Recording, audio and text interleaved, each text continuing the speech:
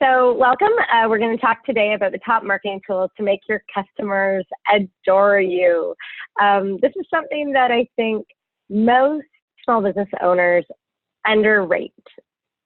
Focusing on relationship development, focusing on how do we actually know and like and have our customers maybe even love us.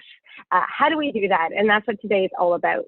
And the lucky thing is that with Small Business Solver, that's something that we really focus on. We have an entire marketing quiz that you can look at that would actually highlight all the top marketing tools to help customers love you or like you.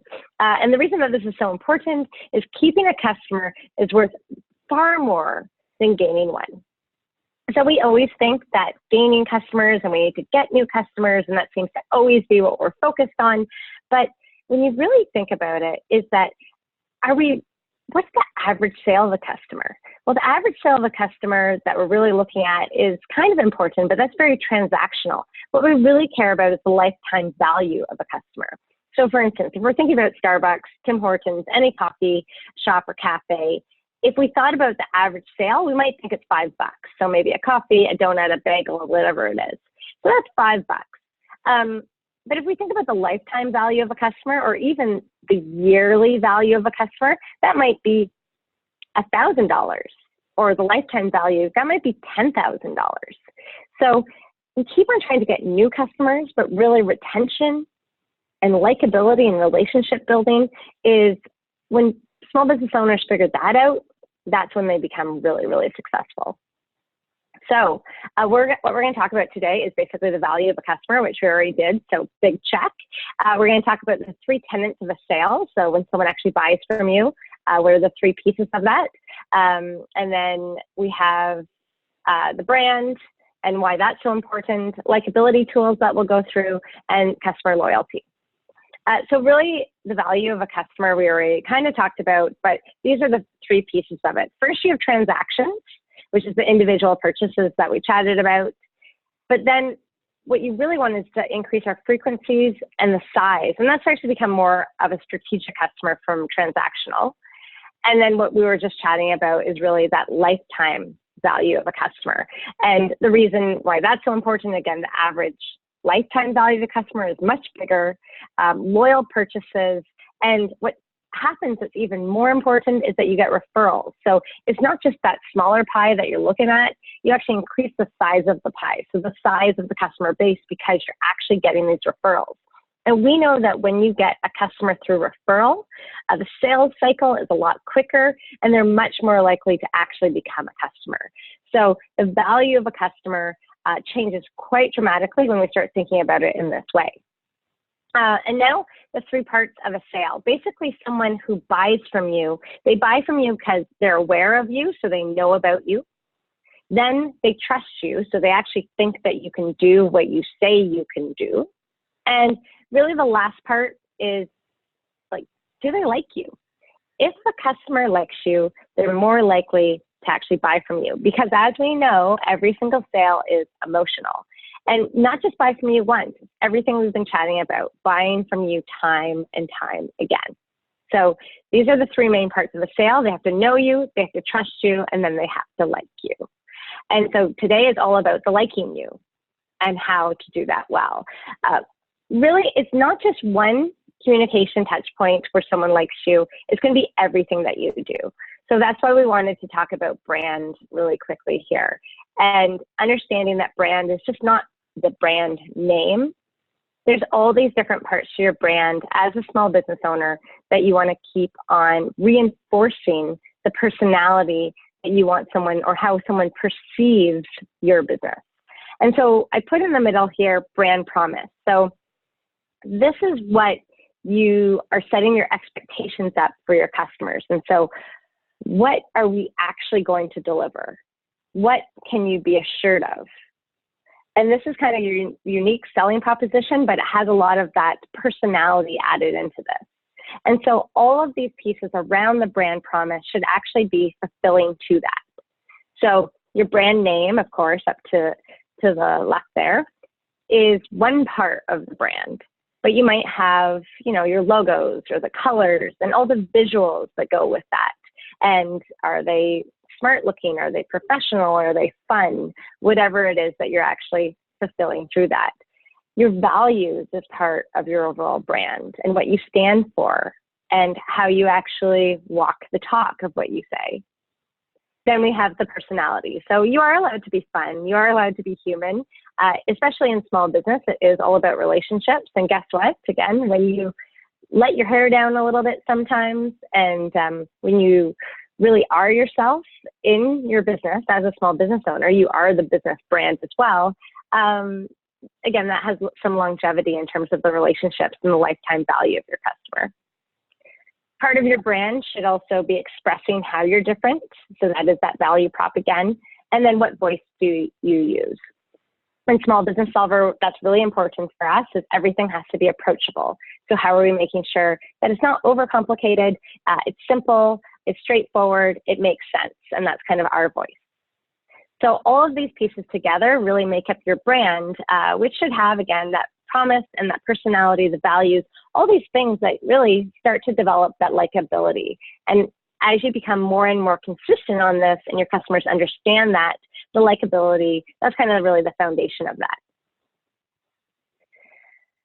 And like I said, in Small Business Solver, if you just actually went into the business checkup at the top, you can actually go to the Marketing Solver. So what marketing tools to use is what the drop down is. And you would have actually been able to see by clicking likability as the marketing goal, it will tell you all of these marketing tools that we look at today and more. So check it out if you want to see even more ways and different marketing tools out there. But we're basically going to go from the least priority, although they're all effective marketing tools for likability, and we're going to go to the most important and the best ones. So we're going to start here. Volunteering. You would think, hey, I'm a small business owner, I might be a for-profit. You might not be, but if I'm a for-profit business, volunteering, what does that have to do with marketing? Well, it's all about getting, you're expressing that brand promise, those values that were talked about in the previous slide, about like, this is what we're representing. It's also a really, really easy way to start approaching and building your network. So maybe you think you're not a great salesperson. Maybe you're actually a little bit nervous or you don't have the confidence when you're doing your sales cycle. Well, volunteering is a great way to start doing that. And you can volunteer yourself as a small business owner. The other thing is that you could actually get your staff to volunteer. Not only does that continue to expand your brand and build your network, but your staff is probably going to like you a lot. Not only are they liking that they can give back, but they also might build relationships with each other in a different way, which is wonderful because then when a staff team likes each other, oftentimes, more often than not, they're much more productive. So this is actually a marketing tool, and sometimes we don't think about it as such. Similar to volunteering, but it could be in-kind or financial, would be your sponsorships. So thinking about a radio prize, I can't tell you how many times I'm in my car listening to the radio and I'm going, wow, like that really stood out, or especially if it's a contest or something like that, being part of that. But prizes don't just have to be on the radio. It can also be in any event, really. So you could sponsor an event, be a prize in that, just be the sponsor of the event in general, or co-sponsor it and actually, so that it's half the work actually to run the event, but you're still really an integral part of it. So again, this really helps on likability. Other things is then any way to actually incent and support your existing customers. I can't tell you how many times I've been disappointed because discounts and loyalty programs or rebates or whatever it is for new customers. Well, what about your loyal existing customers? It seems to be such an important thing. So do you have rebates and coupons and loyalty programs for your existing customers? Do not forget them. Another way of doing this is a gift with purchase, and maybe even if it's a surprise. So often you would walk in and you'd be like, hey, you get this gift, but sometimes the best gift is the one that you weren't expecting. So are there ways in your business to surprise and amaze, maybe with something that's very inexpensive, just more of a token, but it's the thought that counts, even in this case. Lunch and learns. Everybody likes a free lunch. I mean, that is the saying, there's no such thing as a free lunch. But lunch and learns are really a way to be able to sit down, have some food, really be with some of your potential customers. It could be your existing customer that you're actually adding more value by more education and support. Maybe it's even the fact that all the employees, if it's a business customer, they're sitting together and they get to be collegial with each other. So lunch and learns are kind of an interesting way to expand your business. Online service tie-in. What this means is a lot of times we think that it's just the product and service that we're delivering. So even a nail salon, let's say someone goes in, they get their nails done. Well, what about an online service tie-in? What that would mean is, like, does your website actually talk about top trends? Are you actually allowing people to start learning more about nail health? So everything is on the web right now. Everything is accessible. And what you really need to be doing when you are on the web is adding additional value. And so no matter what business you are, there is a way to actually add extra value and be extra helpful through online platforms in some way. So even a nail salon, I just gave an example of a neat way to do that. Picking up the phone. Okay, this seems a little bit old school, but everything today, especially with your existing customer base, is always done by email, by social media. It's all through technology. Picking up the phone sometimes is a change now. I know that someone I have met at a networking event, they actually sent me a postcard afterwards. So I was mailed a postcard, and it was very different. Like, when is using things that, are a little bit more traditional, well, they're no longer traditional. Now it's kind of unique. Picking up the phone is especially important in existing relationships when something goes wrong. Probably my best example on this would be in transportation. So when I worked in the transportation industry, for me, if something ever went wrong in a shipment, the last thing you want to do is tell your customer about that through an email. So the best case scenario, of course, especially if it's a big hiccup, you want to see them face to face. But if it's bad news, if it's difficult news, if it's an important conversation, minimum is pick up the phone, as opposed to sending an email that might shock someone, or might just not have the right message and you're not able to talk it out, and they want to talk it out right away. So don't underestimate some of these more traditional forms of communication. And then employees. So just having your own employees being engaged in many different ways is really important, and making sure that they are allowed to express their opinions as well, and their personality, and being encouraged to actually be in relationships. Mentors. So as a small business owner, we're going to have our own mentors. So again, this seems like kind of a weird marketing tool, but you never know who your mentors, advisors, and boards know. And so what's neat about this is that you get time to build deeper relationships with these people and to be likable. This is almost like a referral partner right away, because they're only your mentor and advisors and on your boards because they believe in your business. So you already have them at a certain point and engagement with you, and you're able to communicate with them so frequently that they're huge champions of you. And how are you able to leverage that as a marketing tool?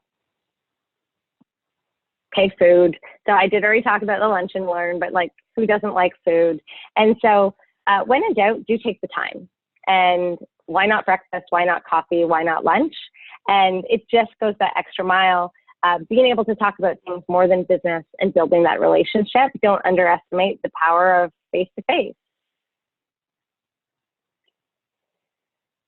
This seems silly, but sometimes we keep on thinking, oh, we're a business. We just, optimize and be productive and do all these things. But sometimes being helpful is actually the best way to build a relationship with your customer. So being helpful can include just sending forward articles, forwarding news, forwarding events that might be interesting to any of your customers. And what's neat about this idea, especially in business to business, so B2B, is like you're position yourself more and more as an expert. And especially if, I mean, it's great if it's your event and it's great if it's your article, but it doesn't have to be. And the other bonus is that with all technology right now, it's even easier than ever before to be able to forward this on to someone and just be like, hey, this might be of interest for you. I found it really interesting as well. Or I heard about this event. I'm planning on going. Maybe you want to go there too. And again, that will just give you another opportunity for that face-to-face. So you don't always have to email or connect with your customers because you're hoping for another order or for more business. In fact, it's better if you actually have some of these customer touch points as well. Birthday cards, okay. So I think almost everyone's dentist actually sends them the email for happy birthday. But it doesn't have to always be birthday cards, but it could just be remembering something about the person. So we put in birthday cards here, but this could really be your CRM. So that's your customer relationship management tool. And what are the things that you actually remember about someone? It could be as simple as remembering how to pronounce someone's name correctly. It could be as simple as actually remembering how many kids they have, or even what their favorite color is. But birthday cards, going the extra mile and remembering something that's very unique and special for that person really goes a long way in terms of building that relationship. And then on the other side is like, how are you continuing to show that this is all important to you? So having your own online portfolio does add credibility. That's really what it is. But it also can showcase, you know, what you believe in, the values, and that brand promise that we're talking about. So remember when we looked at the brand and the brand promise and the values and our brand name and the visuals and all those pieces, well, all of these online portfolio opportunities are a way to reinforce that brand message. So it does continue to support in that way. Networking. So the first thing we looked at was volunteering, and that's a great way to do it. But then there's also, of course, networking events. So doing that face-to-face, meeting people. And the biggest thing when you're going to these networking events is actually to really listen to people. So how are you taking the time to really hear someone's story, understand what they're up to, understand what would actually help them, and then helping them first before expecting anything before. In fact, if you are expecting something afterwards, that's probably not a great thing. It's just trying to actually, I've seen many times where entrepreneurs might refer business or connect someone with someone, like 5 different people, but usually the return is tenfold. So when you're at these networking events, how are you listening? How are you really trying to seek out what someone else needs and be helpful for them? And the number one way to build relationships and likability is the big old smile. What I love about smiles is that no matter where you are, what you're doing, and how you're communicating, the smile always comes across. In fact, you could hear in my voice as I was speaking right now, and the smile came up, that I couldn't help but smile myself. And so how does my voice and my tone and everything changes when you're smiling? Even when you're writing an email, it sounds silly, like you can't see the smile in the email, but when you're writing the email and if you're smiling and actually, if you're having that optimism, it's just that much more approachable. So don't underestimate the power of smiling and letting that go. So those are kind of the top tactics that we wanted to show, but we wanted to also show you that as you keep on doing this, it's not actually a short-term thing. This is a consistency thing. So just with your brand, just by continuing to reinforce and use some of these tactics, you can actually continue to build more and more loyal customers. So at first, the customer might be aware of you. This is the branding ladder. Then they want to research you. Then they actually buy from you. They use your product or service. And then they keep on doing that until the point in time where they're so loyal and you have your lifetime customer that they then, in fact, start referring business to you. And I love what they call this is brand loyalty, moments of truth. And this is where your customer goes from one step to the next step. And it's being consistent with all these customer touch points with some of those great marketing tools that we were able to talk about that will continue to get more and more of your customers up this ladder. Some of the numbers that people say is that really all you need is 100 loyal customers for any small business, and you're going to be flourishing. So it doesn't really take a lot. Yes, you're going to have more customers than that, but 100 champions, really, 100 loyal customers who are at the top of this ladder. So if that was really all of our focuses in our marketing plans, how would that change our business? So what we talked about was the value of a customer, the fact that you want people to know about you, trust you, and like you. All the pieces of brand. We went through a couple of marketing tools, but there's even more on the site that you can check out, and then talked about some customer loyalty pieces there. And so again, encourage you to go to business checkup, and then the drop down would be what are the top marketing tools to use? And then there's a quiz that's actually going to highlight over 300 marketing tools, including the likability tools we just covered today. And thank you for paying attention to this video, and hopefully it was super helpful for you. And hopefully if you have any questions, reach out to us at Carla@smallbusinesssolver.com. Thank you.